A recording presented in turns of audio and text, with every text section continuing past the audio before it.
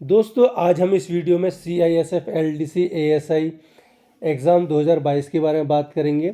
Exam का notification आ चुका है जिसमें कि आपको 706 टोटल वैकेंसीज दी गई हैं। इसमें अनरिजर्व कैटेगरी के लिए 549 सीट्स हैं, SC कैटेगरी के लिए 105 और ST के लिए 52। आप head constable, constable GD, constable tradesman है तो आप इस एग्ज़ाम के लिए अपीयर कर सकते हैं, जो कि आपकी 5 साल रेगुलर सर्विस होनी चाहिए, प्लस उसमें इंक्लूड होती है 1 साल आपकी बेसिक ट्रेनिंग। ये 5 साल की सर्विस आपकी 1/8/2022 तक हो जानी चाहिए, या फिर आपका डेट ऑफ अपॉइंटमेंट 31/7/2017 से पहले का होना चाहिए। इसमें एज रिलैक्सेशन दिया गया है, 35 एज क्राइटेरिया है 35 साल तक आप एग्ज़ाम फिल कर सकते हैं जनरल और OBC कैटेगरी के लिए, और ST और SC कैटेगरी के लिए 5 साल का एक्स्ट्रा एज रिलैक्सेशन दिया गया। ये लोग 40 ईयर्स तक अपना एग्ज़ाम अपीयर कर सकते हैं। इस एग्ज़ाम को अपीयर करने के लिए आपको टोटल 3 चांस मिलते हैं पूरी सर्विस में। 3 चांस अगर आप नहीं हो पाते तो आप नहीं कर पाते फिर एग्ज़ाम 4th चांस के लिए।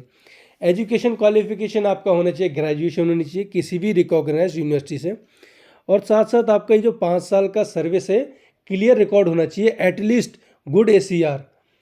एवरेज होगा तो आप नहीं अपीयर कर सकते हैं। इवन आपको छोटा सा पनिशमेंट, माइनर पनिशमेंट होगा, सेंसर भी मिला होगा, तो अभी आप इस एग्ज़ाम में अपीयर नहीं कर सकते हैं। हाइट का क्राइटेरिया इसमें है, जनरल और OBC कैटेगरी के लिए 170 सेंटीमीटर्स है।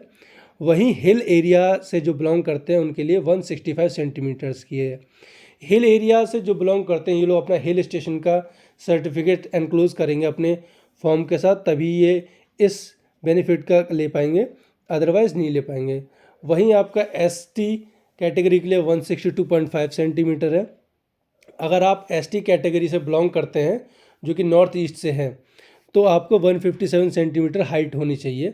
अगर आप गोरखा टेरिटोरियल से बिलोंग करते हैं तो 157 सेंटीमीटर होनी चाहिए। और चेस्ट आपका मेजरमेंट होना चाहिए 80 सेंटीमीटर नॉर्मल, और 85 होनी चाहिए विद एक्सपेंशन। ये है आपका जनरल, OBC और SC कैटेगरी के लिए। अगर आप ST कैटेगरी से बिलोंग करते हैं तो आपका 77 नॉर्मल होना चाहिए, वहीं आप 5 सेंटीमीटर विद एक्सपेंशन होना चाहिए आपका। फीमेल्स के लिए हाइट है आपकी 157 सेंटीमीटर जनरल कैंडिडेट्स के लिए और OBC के लिए और SC के लिए। अगर आप हिल स्टेशन से बिलोंग करते हैं, जो गढ़वाली, कुमाऊनी, इनसे बिलोंग करते हैं, मराठा से बिलोंग करते हैं, तो आपकी 155 सेंटीमीटर होनी चाहिए। अगर आप शेड्यूल ट्राइब से बिलोंग करते हैं, फीमेल लेडी कांस्टेबल या लेडी हेड कांस्टेबल या लेडी कांस्टेबल ट्रेडमैन, तो आपका 154 सेंटीमीटर हाइट होनी चाहिए। अगर आप गोरखा टेरिटोरियल से बिलोंग करते हैं तो आपका 155 सेंटीमीटर होना चाहिए। वही मेडिकल के लिए आपका सेम होता है, जो आप हर साल मेडिकल करवाते हैं, शेप 1 सर्टिफिकेट होना चाहिए जिसमें आपका आइज़ होना चाहिए, आपका कलर ब्लाइंडनेस नहीं होना चाहिए, और लेग्स में वेरिकोस वेन नहीं होना चाहिए, किसी भी तरह का फिजिकल डिफेक्ट नहीं होना चाहिए, नॉक्ड नीज नहीं होनी चाहिए, ये सब चीज़ें नहीं होनी चाहिए, और आपका सबसे मोस्ट इम्पॉर्टेंट शेप 1 का सर्टिफिकेट होना चाहिए। नेक्स्ट आपका आता है एग्ज़ाम। ये एग्ज़ाम टोटल 200 नंबर का होता है, ठीक है, जिसमें कि 4 सब्जेक्ट्स आते हैं। हर एक सब्जेक्ट 50 मार्क्स का होता है, और आपको इस टोटल ओवरऑल का 50% आपको लाना होता है। साथ साथ आपको जो हर एक कैंडिडेट है 45% मार्क्स लाना होगा हर एक सब्जेक्ट में, और 50% लाना होगा आपको ओवरऑल। मतलब कि 200 का आपका टोटल मार्क्स है तो 100 आपके मार्क्स आने चाहिए ओवरऑल, और 90 मतलब हर एक सब्जेक्ट आपका 23 मार्क्स जनरल कैंडिडेट्स के लिए, वहीं आपके लिए 20 मार्क्स होने चाहिए SC और ST के लिए, क्योंकि उनको 5% का एक्स्ट्रा रिलैक्सेशन दिया जाता है।